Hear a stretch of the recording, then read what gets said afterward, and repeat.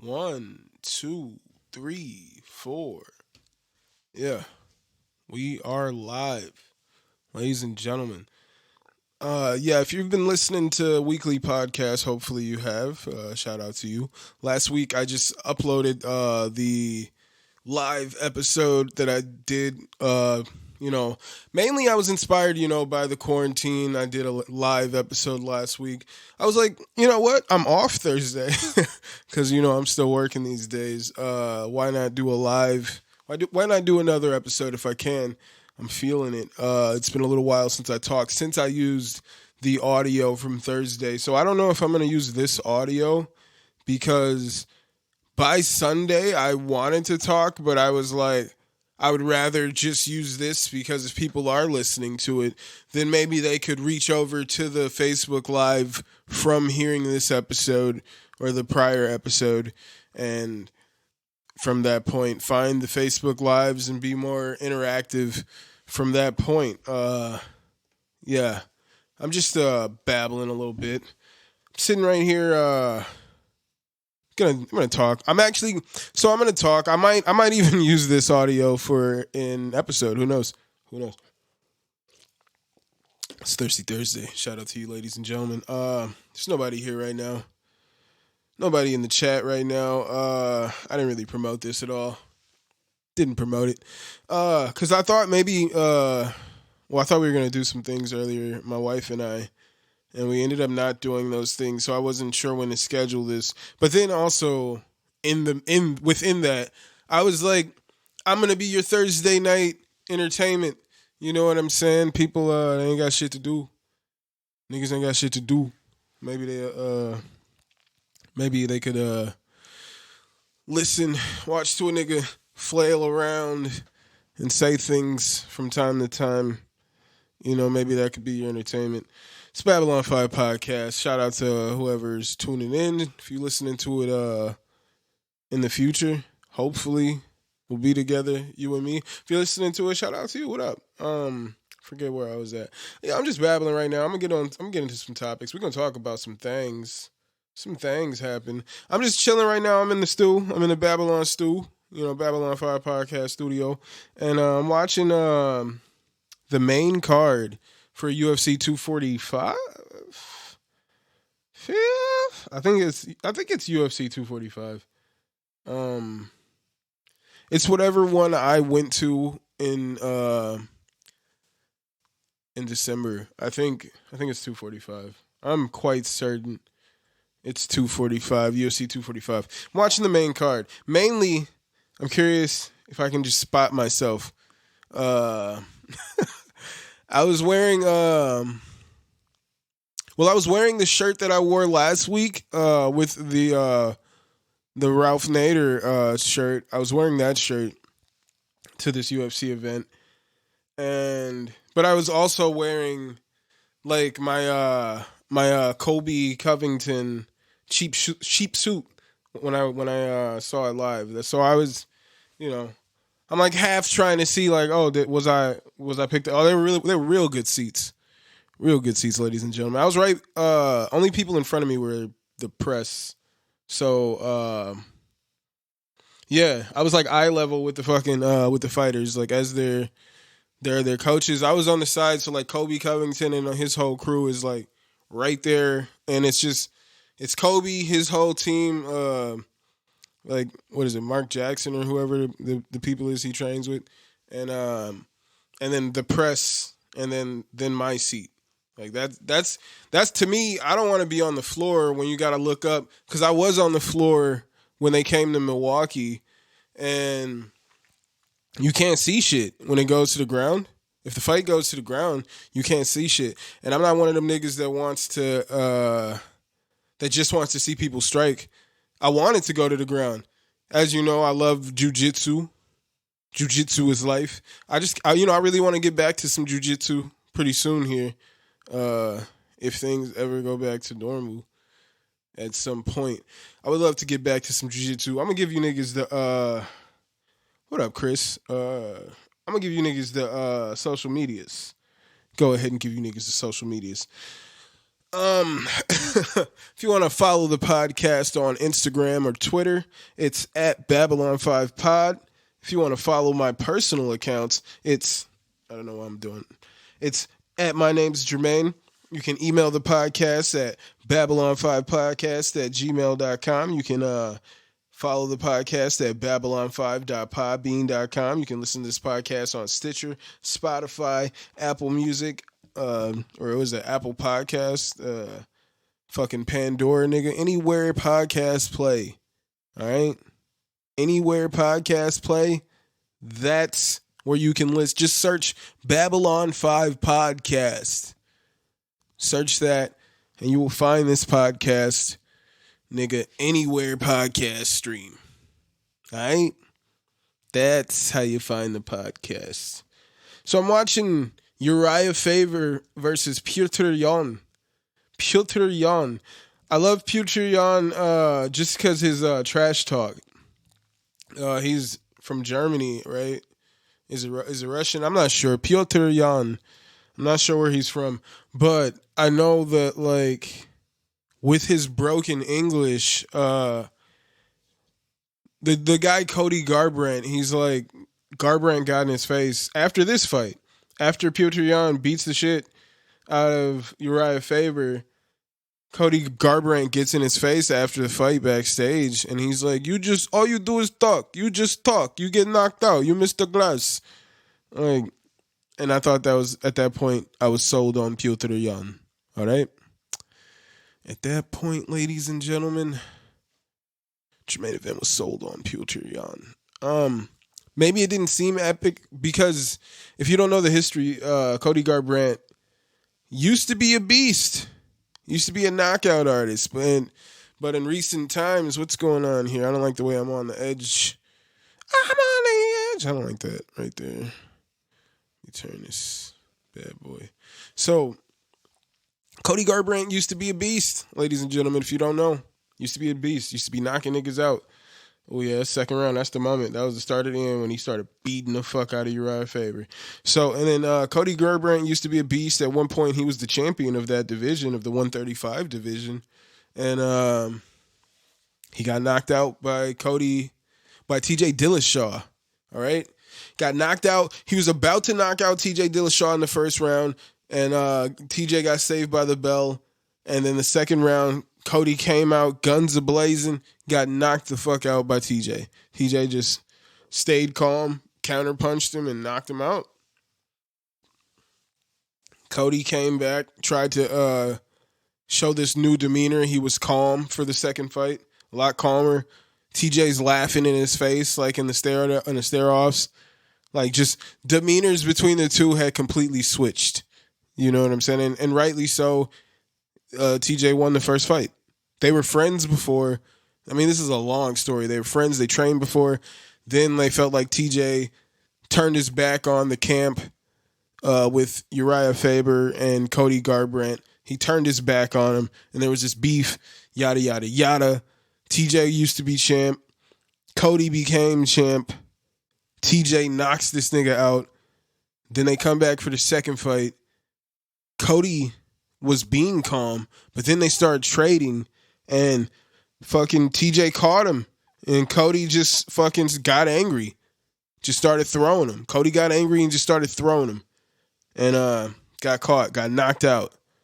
Next fight, gets caught, gets angry, gets knocked out. Cody Garbrandt just keeps getting knocked out. So when Petr Yan was in his face, like, all you do is talk, you're Mr. Glass. It's like, yeah, man.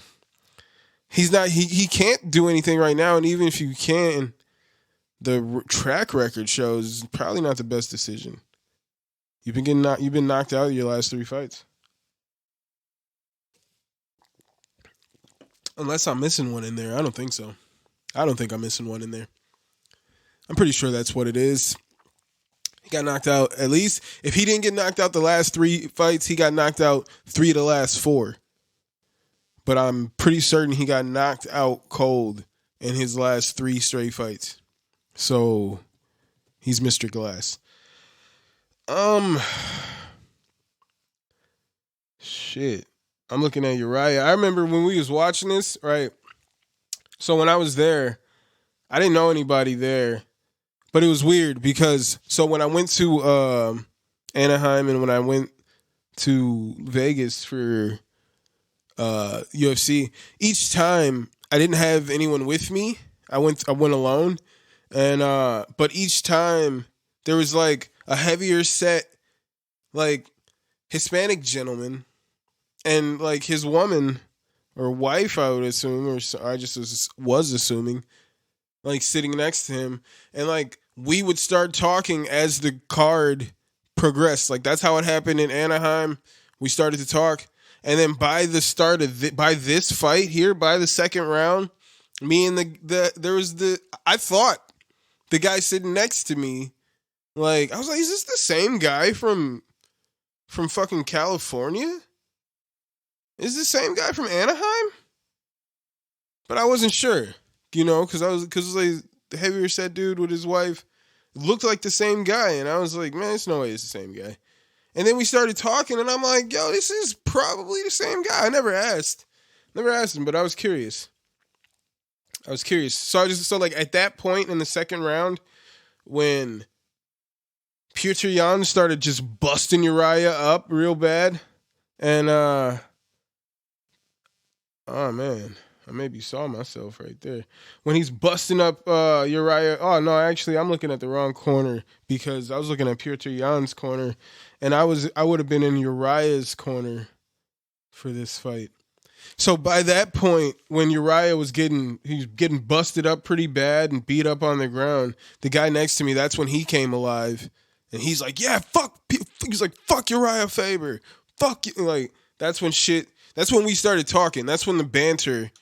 Before then, it was like kind of reserved, and I think that's kind of how it was in general at the Milwaukee show. Pretty much everybody was kind of reserved until the main card. Maybe it's just like naturally the liquor's been flowing. People have been doing their thing. So naturally, by the main card, people are now we've been here for a few hours. We know each other enough where I've seen the fighters you've cheered for. I've seen who you've cheered for. I've seen what you've cheered for. I've seen what kind of finishes you cheered for. All right. I remember in this card when Jermaine Durandamy got the triangle choke. Like she didn't get it. Like she put it on. She attempted it. She got it on Amanda Nunes, but didn't lock it in tight. And but when she put her legs on her, I thought she locked it in, and I fucking jumped up screaming, and I saw like half the fighters. Like, I saw, like, Israel Adesanya, like, all these motherfuckers, like, all looked over at me, like, what the fuck? Like, Sugar Sean O'Malley. They're like, well, what the fuck is up with this dude? Like, who is that guy? Because I was wearing this, like, shiny blue suit. You know what I'm saying? With my what's my fucking shit? Damn, my Ralph Nader t-shirt. I was wearing, because Kobe Covington does the cheap suit and the Trump shirt. So I did the cheap suit with the Ralph Nader t-shirt, just to because I was there rooting for Kobe Covington in the main event, but it's just I don't support his political views, but here I am still cheering for him. So here's my little twists while I'm still cheering for him. I remember so I'm wearing this shiny suit, jumping up and down, screaming for this like attempted triangle choke that Jermaine Durandamy didn't even get. I'm going crazy over there. Like, I just thought that was pretty hilarious. But that's like, that's what I get hype over the jiu-jitsu, ladies and gentlemen. I get hype over the jiu-jitsu. That's what I'm about.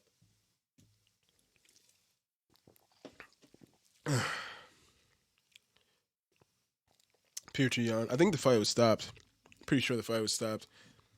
Yeah, winner by knockout. Petr Yan dominated him. By the third round, he's like jumping up and down. Uriah Faber looks defeated going into that third round, and Petr Yan is just like bouncing, jumping up and down, spry, ready to go in there. He goes in there and puts it on him. Now I remember. What's that flag? I don't know where he's from. I couldn't tell if it was the Russian or the German flag. I don't know what either flag It's like PETR. Yan. I don't even know. Um, Interesting times. Interesting times that we're living in, ladies and gentlemen. Uh, I'm in Milwaukee, Wisconsin. All right. We're live from Milwaukee, Wisconsin. It's Jermaine Event. And the DNC, ladies and gentlemen, was supposed to be here. What was that? Like June, July? I'm not sure. I don't know. June, July, my nigga. I don't know. Supposed to be here sometime.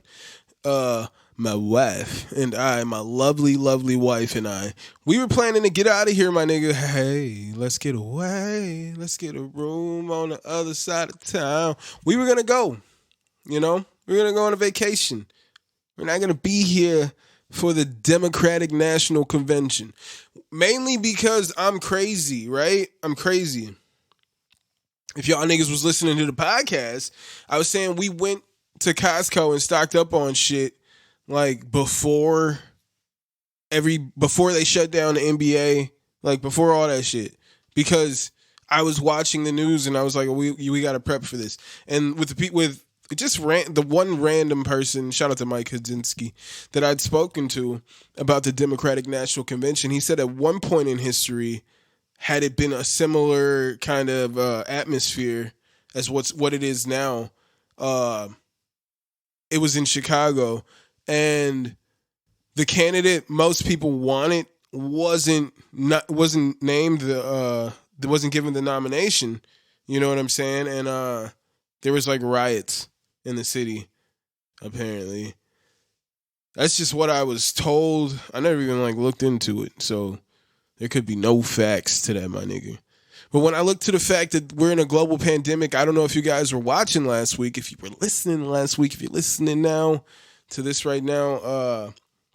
Last week I said, like, I would, if I could, vote for Bernie Sanders. That was pretty racist. I don't know why I did that. I would vote for Bernie Sanders if given the opportunity. I tried to set up the absentee voter thing, but when I got to the DMV website, it just said like error. Like it was I forget what it was. Like I entered in all the information, and it was like I had to like contact somebody else at a certain time because there was like just a random error, so I couldn't set it up. And like it was like yesterday or today was the deadline, so I guess I ain't voting for this whatever, April 7th. I'm not voting in that one, I guess. Because I'm not finna go to these polls, my nigga. I'm not finna go to these polls.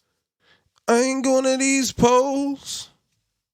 I ain't going to these polls. No. Anywho, so the DNC got pushed back to August 17th. All right? DNC got pushed back to August 17th. The week of August 17th.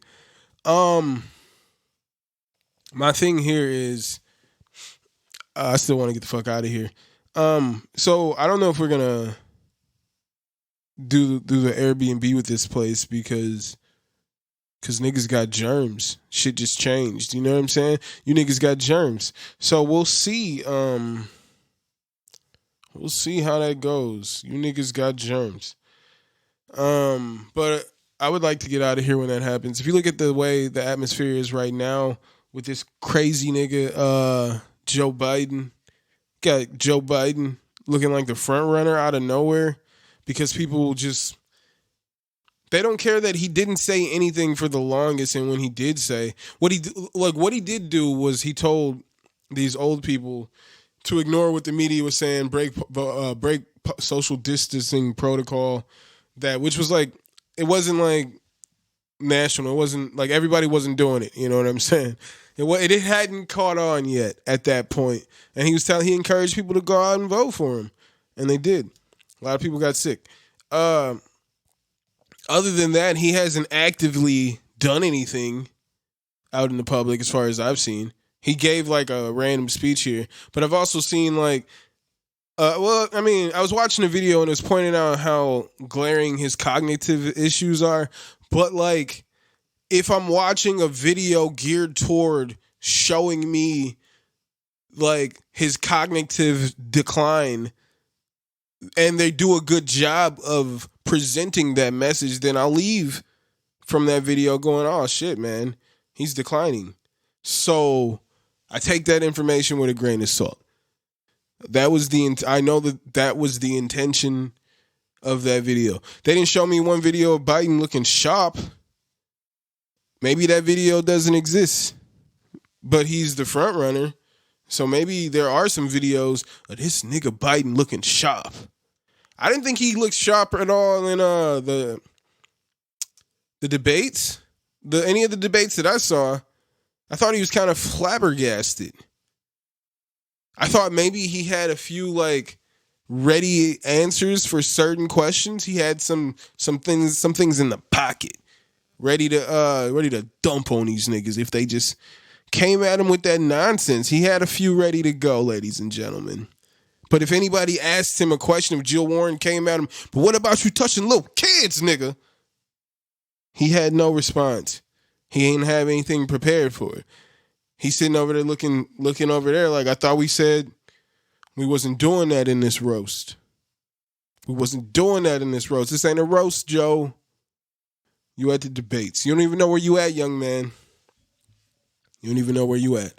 So DNC is getting pushed back. And I'm worried that even when it happens, given the fact that we're in a pandemic, we're in a crisis, and people are saying capitalism doesn't work, and the guy who's been preaching, yo, we need this socialism, they're like, oh, it's so evil, and now they're going towards socialism, they're going toward these socialist ideas, like, who's going to look way more appealing coming out of this, all right?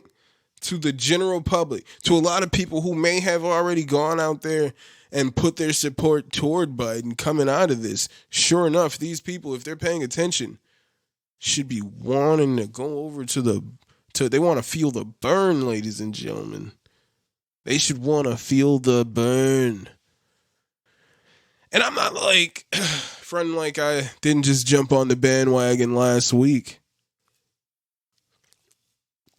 I mean, I jumped on the bandwagon a little sooner than last week, but I waited to publicly say it. I hadn't even told my wife. Ladies and gentlemen, I hadn't even told my wife. It was some crazy shit, all right? It was some crazy shit. Because to be a black man in America, you can't speak your mind. You know what I'm saying? Black man in America can't speak his mind. There were times where I publicly said I didn't support certain aspects of the Barack Obama presidency, certain things he did in public. I didn't respect that. I didn't vibe with it. And I said it publicly, and black people came at me. They came at me with the same energy like I said I didn't like To Pimp a Butterfly. It was that same energy, all right?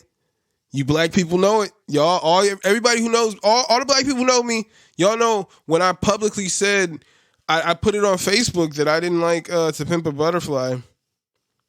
And I be out at the bar. Niggas will pull me. Hey, bro, let me talk to you real quick. Like, what you need to understand Kendrick is trying to say.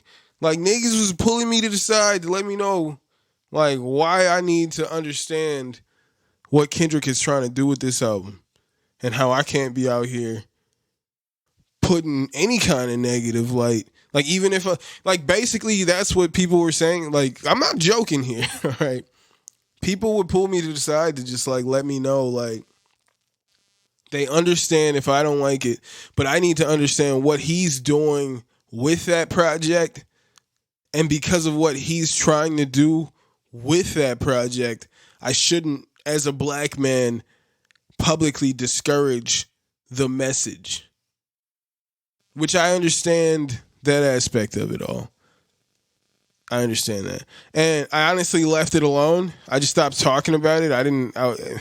There's for no reason would I be forced to listen to it. And honestly, over the years, some tracks from there I've heard and they've grown on me. I've honestly felt like I want to go back and revisit To Pimp a Butterfly because it's honestly grown on me in recent times. Oh, I'm tripping.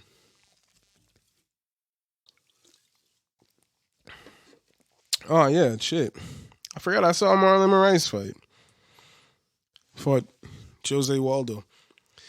I guess you know who I'm cheering for if Jose Waldo was able to fight Henry Cejudo. I'm going to get to that. So Whole Foods went on strike recently. Whole Foods, Instacart, Amazon workers went on strike. I saw maybe an article about an Amazon worker tried to lead a walkout, and he was fired on the spot. That's like one of the only things I've really seen about the whole striking. I didn't see like any results like, oh, like this place really was affected, or like this place nearly had to like shut down business because shit was just so overwhelming. I didn't really, and then it's like, so I think about it as someone who used to work at Whole Foods. I think the vibe would have been like, yeah, let's do it. But like, let's say when I was the pricing nigga, right? When I was like what regular grocery stores would call the pricing manager. When I was that nigga at Whole Foods, I was technically like a supervisor there, but it should have been a manager. I should have been running my whole shit there like other companies. Anywho, and that's beyond me. What I'm saying is, once you're even at that supervisor level there, all those people and up, they're definitely going to show up to work regardless of the sick out. And I think most people, I think probably 90% of the people would have just shown up to work, would have thought it would have been cool, and they would have been like, yo, man, you could justify it easily. You could be like, yeah, I would love to support it, but like, fucking, it's a fucking recession, essentially. Most people, this ain't the time to not show up to work. I'll tell you that much. All right? This is not the time to not show up to work. This is definitely the time to get on your grind and get as much money as you can. Because you don't know what shit's going to be like tomorrow. That's why, man, I've been like, the main reason why I've been like trying to wait later and later to record podcasts is because I don't know what the fuck's going to happen throughout the day. You know, I just saw that the DNC was getting pushed back. Maybe earlier I saw it, but I was just like, fuck. When I saw it, I was like, fuck, I could have, I think it was like at a time when I probably usually would have recorded. Like if I was recording on a Sunday and I would record when football was on, just to really drive home the point that I wasn't watching football, and because it just made me personally feel better. And I was like, man, I could have missed that. And I was like, let me just wait a little bit because shit's happening. Shit's changing. And so I was even, this is random, but I was thinking that I want to like rework. So like my album that I was coming out with, it's like I've been working on that album for like almost 2 years now. And like there's some songs on there, maybe like half of it that I still love. And I would love to just put those out as a standalone project. But maybe like take the other beats and rework them as a brand new project. Just because it's just, those songs are so old. And I already thought they were old before like fucking global pandemics and everything's just fucking changing in the world. And I just like, just everything in my life, just like certain content in those older songs just definitely don't fit my lifestyle of who, and it's just not the message that I'm trying to put out there. It's not how I want to be represented out there. So like I would personally, I think I'm going to rework maybe like half of the project, or maybe even not, maybe just work on making my own beats and then just make that a priority and just work on some new music. But definitely like half of this album can't be, I'm not going to just let it go as it is. I think I was already starting to feel like it was a bit dated, like some of these songs. And I mean, I'm the artist though, so I'm the most critical, you know? I'm the most critical, so who knows? Maybe I'm just saying that and people could hear him and be like, bro, that's cool. Like, what the fuck are you talking about? That song's cool. But I think the shit's dated. Let's go, Marlon. Beat up Jose.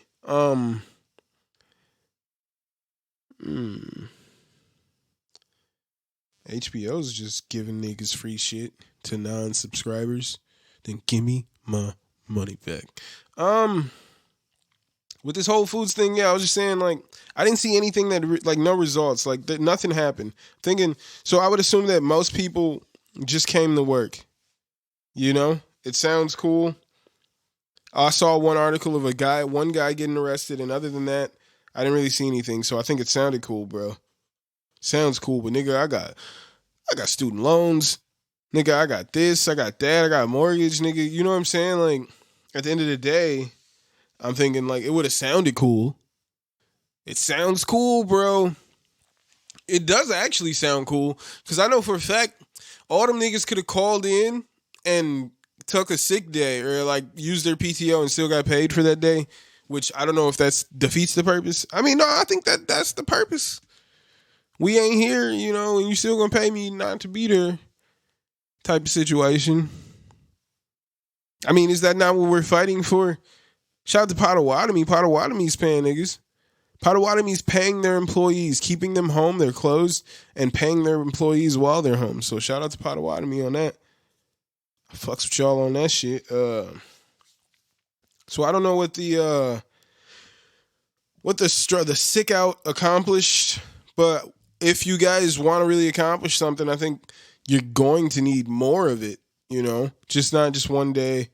And it's like, you're not going to get management to do that. And I think there's probably enough of them, a lot of people, supervisors, management. I think there's enough of them who've drank the Kool-Aid within that. And I'm not even necessarily saying that's a bad thing. I've worked there, and I'm not saying that it's a bad environment there. I think it's a pretty cool environment. And I don't even want to say necessarily that I felt tricked into being my, like, supervisor role there. I definitely wanted to just be a regular ass nigga. You know? That was my drive. I was like, if I'm gonna be here, yo, I'm gonna just be a regular ass nigga, because I'm not even trying to, like, do all that shit for just, like, an extra $1, bro. You know, that was honestly, like, where I was at with it, bro. I'm not trying to, like, but then somehow I got finagled. Well, no, I didn't get finagled. I was like, well, just train me, because this is my thing. I see the jobs when I be doing these random places. I see what niggas don't want to do, you know. That's why I'm in school right now for IT, is because I see what niggas don't want to do, and I try to get good at that. And even if I'm not good, even if I'm just decent right now at it, and you don't want to do it, I'm gonna get you know what I'm saying? Like, I can do a job. I can do a decent job of it. If I try, I can do a great job. You know what I'm saying? But you don't want to do it, and so you can't do it. So I'm the guy for the job. You know? That's how I look at shit right now. Or that's how I've always looked at shit. So I don't want to say I got tricked into drink, you know, to the position or anything like that. But once you get up there, it's like, I ain't finna not come to work for y'all little ass protests. If you part-time ass niggas want to not come in, go ahead and do you, my nigga. We finna hate on y'all on this schedule. Wait till this next schedule come out. See, that's what I'm saying. Like, y'all could try to front like, oh, it can't be no repercussions, yada, yada, yada. But if all you niggas call in, if half you niggas call in and the other half don't, and I'm telling you that the higher up the niggas that make the schedule for you, that choose when you're there and how much you get paid on your paychecks, those people who choose that, those are going to be people that still show up. So that's all the more reason for you to still show up, regardless of how cool that might sound, bruh. Might sound cool, but I wouldn't advise it. But it is strange times. I was reading that hospitals are all over, running out of money. They said hospitals are likely to run out of money all over America before they're able to even receive any kind of stimulus relief. Said this one hospital in Missouri has they have 1.7 million on hand, and they have about 6 weeks before they're completely out of cash. Nobody was prepared for any of this. I mean, they could have gotten prepared, tried to take some measures because, as you know, it was happening all over the world. But if you just listen to this dumbass president and you say it's not real, if you listen to that dumbass shit, then you won't get prepared, and then you'll get overwhelmed. And here we are, America, the epicenter of this shit. That's what happens when you don't take it serious. It's been going on since last year, maybe before. I saw it's articles all over. Who knows what the shit is? I'm gonna talk about sports. We're gonna talk about some UFC. Let's talk about MMA. Dana White, man, this nigga greedy. I mean, I'm watching UFC right now, so who am I? He knows what the people want. He knows what the people need. He knows what the people love. Dana White is not missing a paycheck, ladies and gentlemen. He canceled them fight nights. You can take them free ass shows, nigga. And I'm a lie and say that we gonna reschedule the shows so you punk ass fighters don't get paid, nigga. He's a cold ass nigga. All right, I wrote that. I think I wrote that probably Friday. And I recorded last week's episode Thursday. But I think yesterday it was announced that the UFC was going to pay the fighters who did not fight. Nobody fought. All the fighters from the UFC London card that was supposed to happen like about 2 weeks ago, they all receive their base pay. So if you're like Tyron Woodley, you probably would receive like $100,000, from $100,000 to $500,000. I'm not sure how much he makes, like not being the champion, but I would imagine it's probably about $500,000. You could probably look it up. I don't know, but everybody was paid their base, which a lot of people were complaining about. Well, they were saying their argument is just making the money is what's most important to these people, because a lot of these people are essentially living fight to fight. I've mentioned before that, a fighter, you could watch a fighter go out there and win in one of these earlier fights and it looks cool. You don't really know him, but it looks cool. And he won a fight that you think that guy is a badass or whatever.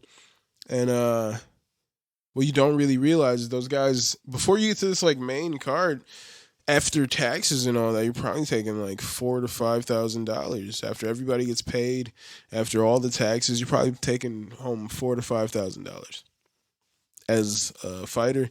And then if you're lucky, you're not hurt and you can fight again, probably in 3 months. Hopefully, that $4,000 to $5,000 is enough for you to survive on, for you to live somewhere, eat, transportation, and that's enough for you to survive, go through another fight camp in over the course of 3 months. Or it's not even just like, oh, win the fight and now another 3 months. Like, someone has to, let's say you're an up and coming guy and you look fantastic in that fight, like a monster. Now nobody wants to fight you. So now 2 months have gone by and you can't get a fight. 3 months have gone by, you can't get a fight. You thought you would have fought by now. Now you're on social media calling niggas out because you ain't got no money and you need to fight really bad. But nobody wants to fight you because you're a beast. And you're at the point where none of the top guys are going to fight you because they have everything to lose if they fight you. You know what I'm saying? Nobody knows who you are. They have everything to lose if they fight you. So, like, it's just shit like that. Like, it's just shit like that. I don't know. Dana White's not playing. That's the end of the day. All right? He's not going to miss a paycheck. Dana White he's going to put on this event regardless of what anybody says. Regardless. Like, every state, he hasn't announced the location, the new location for UFC 249, because every state that they're basically saying that they're going to do something is like, no, we're not allowing combat sports. He told Dustin Poirier to just continue training for his fight in San Diego in May, but California just announced they're not having, they canceled all combat sports events through May. So that's out of the window. Dana White's going to put on this card regardless of the coronavirus, regardless of a pandemic. And when I look at it from a money-making standpoint, it doesn't make any sense, doesn't make any dollars at all for Dana White to test any fighter or have any fighters tested or any of their camp, any of the fucking nonstop people they fucking train with, everybody that's bringing in. There's no reason. There's all the more incentive not to test anyone, because if any one person tests positive, then you basically have to shut the whole event down. Basically have to shut the UFC down at that point. Anybody who trained, let's say the person tests positive the day of the event at the arena, like is at the arena and or wherever they were gonna have this fight, ill-advised fight, wherever it is, if they're gonna have it, and the results come out, this person's tested positive, everybody's there. What if it's somebody in the main event? Like, you got to shut that whole thing down. So no one's going to get tested. They had the fight in Brazil about 2 or 3 weeks ago. About 3 weeks ago to this point. And no one, they were open that no one would be tested for that. They were open about it because it doesn't make sense to test anyone. Because if anyone tests positive, then you have to shut UFC down. And Dana White is so arrogant about this. He was like staying home from the coronavirus is like hiding from cancer, which is 1,000% not the same thing. The guy interviewing him was like, but I can't get cancer from shaking your hand. And he was like, no, we're Americans. Americans don't hide from anything. And it's like, bro, you're definitely not the person. If this is your outlook on it, this is how you see this pandemic that's happening right now, that's your stance on it, you probably shouldn't be the person in charge of bringing more and more people from around the world together to fight. Like, why are we listening to this guy? He's like, oh, no, I'm talking to all the top doctors and blah, blah, blah. He said to start this off that they're talking to all the top doctors and they're working with doctors to try to figure out what's safe, and that's why they're going forward with this. But he also said that staying home in order to avoid the spread of coronavirus would be like hiding from cancer. All right? That's what he said. So Dana White's full of shit.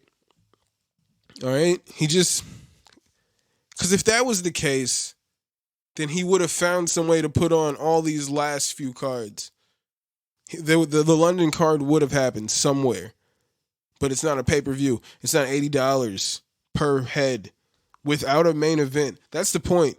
Without even having Khabib and Tony Ferguson, which I'm going to get to, without even having that fight, he still wants you to pay $80 for that pay-per-view, regardless. Fucking regardless. It's insane. It's sick.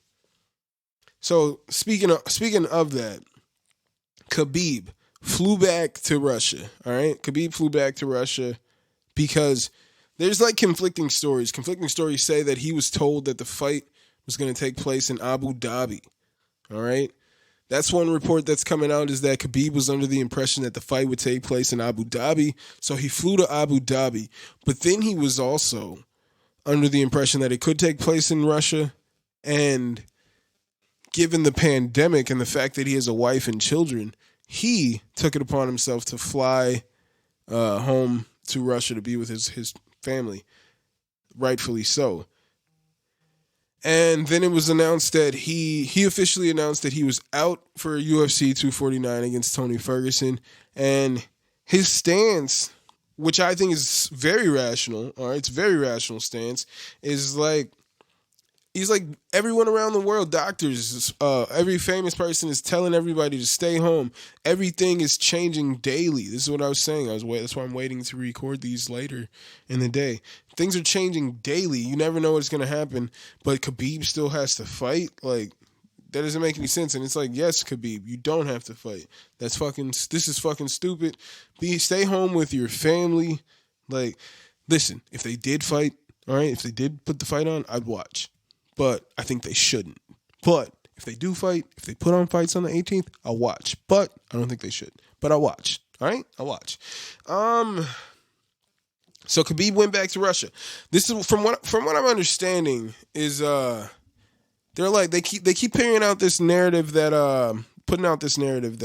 Khabib could fly back to America on private jet. But I think what Khabib's concern is that given the fact that the borders were just shut down in Russia, things are just literally changing every day. There's no guarantee he's able to get back to his family. And that's not a risk he wants to take, and I respect him for that. Tony tries to claim that Khabib is a chicken and he should be stripped of the title come April 18th if Tony is able to fight.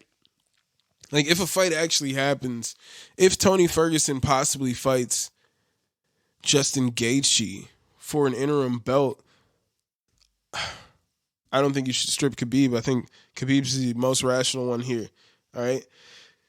Conor, trash talks Khabib also, saying he chickened out, saying he scurried out of the country like the first chance he got.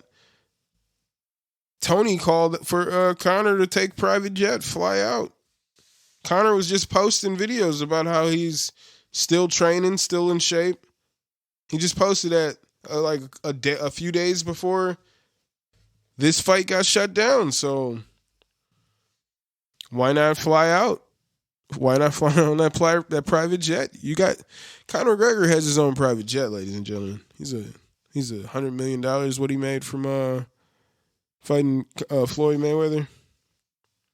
He's got all that proper 12 whiskey. He's a millionaire. He's got his own private jet. When this whole thing started with Conor and Khabib, the video came out of Khabib smacking up Artem Lobov in the hallway. His team ganged up on Artem Lobov. They smacked him up in the hotel, and Conor jumped on a private jet from Ireland, came to New York, threw a dolly through the bus. Not a lot of people talk about that aspect. Khabib and his homies ganged up on Artem Lobov at a hotel or some shit and smacked him up on and posted the video. And that's one of Conor's best friends. So Conor took the private jet, came to New York, and was like, bro, get off the bus. Get off the bus. I'm here. Khabib did not get off the bus. Conor grabbed the dolly, threw it through the window. That's how that went down. That's really how that went down. All right? He tried to he did punk his boy on camera. And Conor was like, nah, come see. I'm here. Get off the bus. Get off the bus right now. I'm here. And he would not get off the bus. And fucking Conor McGregor threw a dolly through the window because Khabib was scared. And that's what happened. That's what happened. They said, no, low-key, they all said that they thought, they didn't know it was Conor at first. Niggas on the bus, other fighters that were on that bus, said they thought it was a terrorist attack was going down. Because it was Conor and plenty niggas just all dressed in black just ran in, screaming at the bus, banging on the bus, just going crazy. Niggas thought it was a terrorist attack. So Khabib did not get off the bus. And dolly got sent through that motherfucker.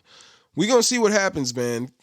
Dana White said do not bet against him. And as I said last week, just show me where I can place that bet because I do not think UFC 249 will happen.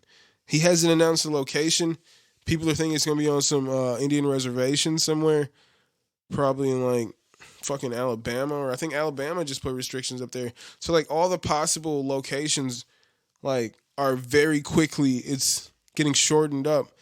Possibly on a fucking cruise, which would probably be the fucking worst decision they could probably ever do. But I think I wouldn't put it past Dana White, who's not going to miss this paycheck. He's not going to let you guys not pay $80 for some bullshit-ass pay-per-view.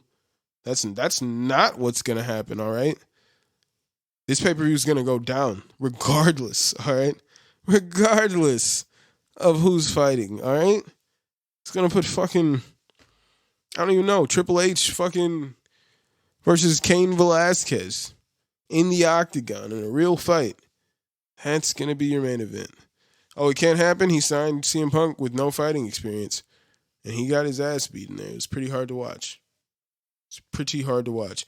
When you watch someone with absolutely no fighting experience at all fight someone with years of kickboxing experience, just fucking piece him up. It's pretty hard to watch. But yeah, he would do it. He'd do it in a second if that's what it took to get you to pay $80. If it took that to get you to pay $80, fucking, he'll put the fight on. He'll put the fight on. I wish he'd do like a cross promotion. You know? What if Gegard Mousasi, I think Mousasi was training for a fight over in Bellator. If you put Gegard Mousasi in a fight versus yeah, I have. I've been talking to myself. Yeah. If you put Gegard Mousasi, I'm recording an episode also while I'm talking to myself. I'm live. You guys can be here while I'm recording the podcast, but I'm talking to myself, I guess, essentially, but also recording the episode of my podcast. Yeah, I don't know. I think they should cancel this event. He's still going to get you guys to, I know, but I'm recording. He's still going to get you guys to, maybe some people just don't have common sense. He's still going to get you guys to pay that $80. You know what I'm saying? He's still going to get you guys to pay that $80 regardless if he can get on the card. The rumors are possibly Tony Ferguson versus Justin Gaethje. I wouldn't advise it. You know, Justin Gaethje, he hasn't, I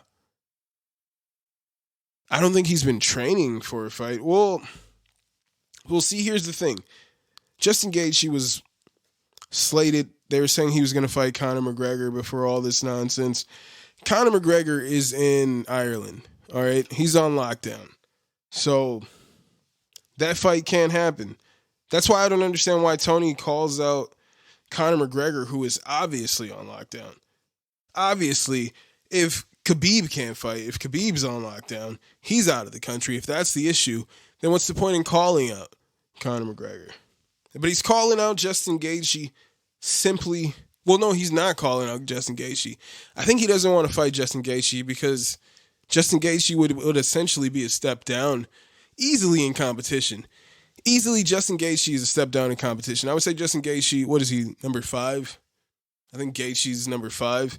So, you got everything to lose going in there to fight a knockout artist in Justin Gaethje. Given the fact that Tony gets knocked down, he gets hit a lot. Tony gets clipped, ladies and gentlemen. Tony gets clipped and knocked down quite a bit.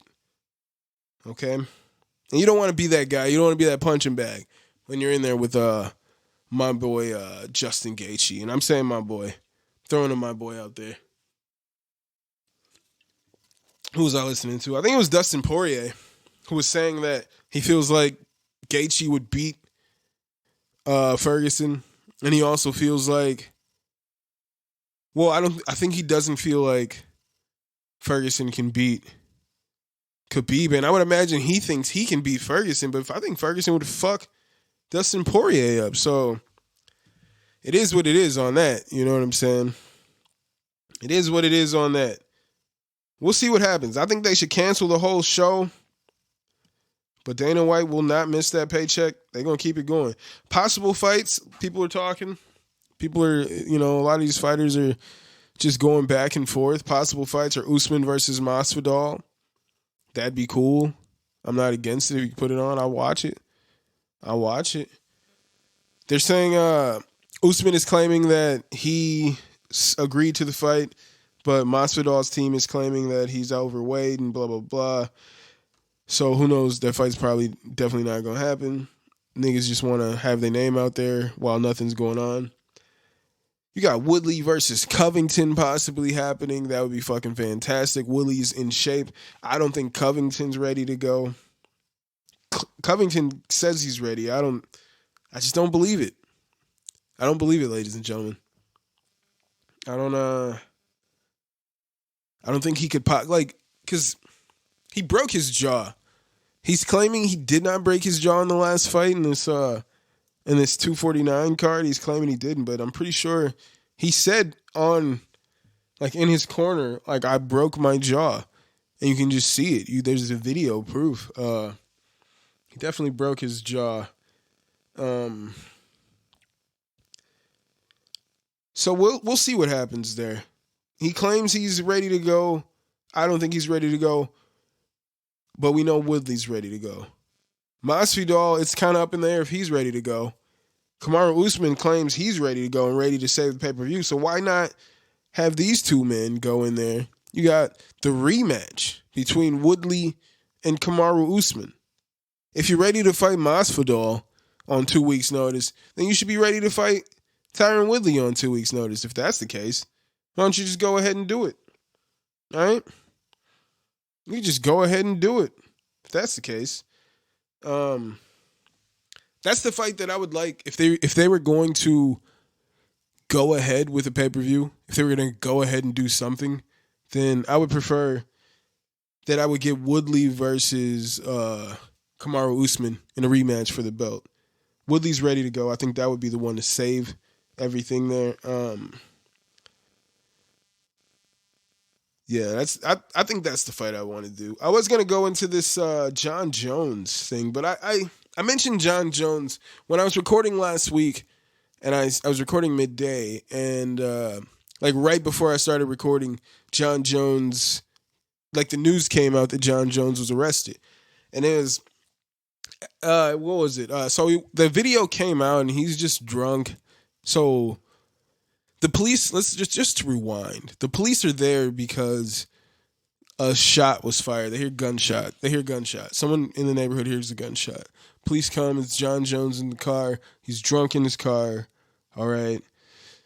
He can't understand basically anything of the field sobriety test they're trying to get him to do. I feel like the cop gave him more than enough opportunities to just understand. The cop demonstrated it for him. Everything he was trying to do, kept demonstrating it for him repeatedly. It was very respectful to him the whole time. And I'm like, he's definitely doing this because it's John Jones.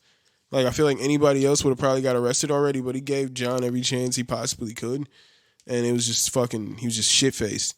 And then they found the shell from the gun sitting right next to the car. And the half-open bottle of Jorge Masvidal's tequila in the backseat of the car.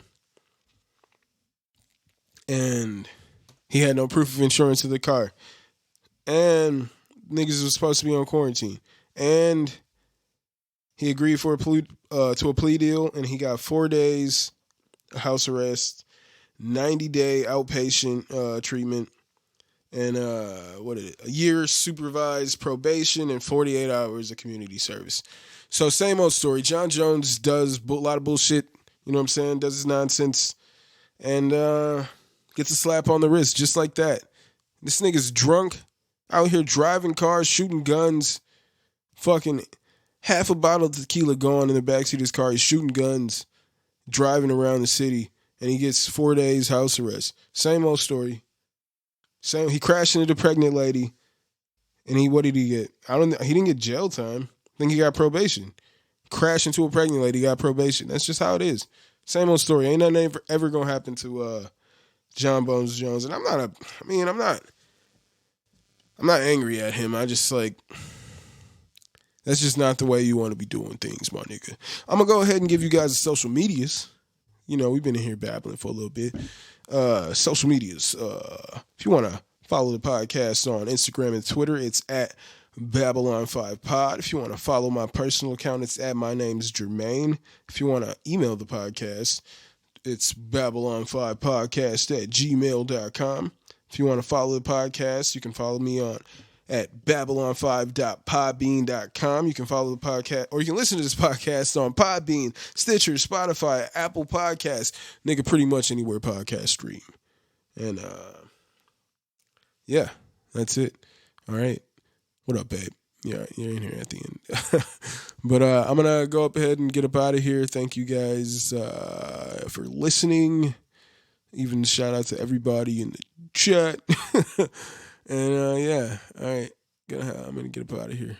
Peace. See you guys next week. Stay healthy.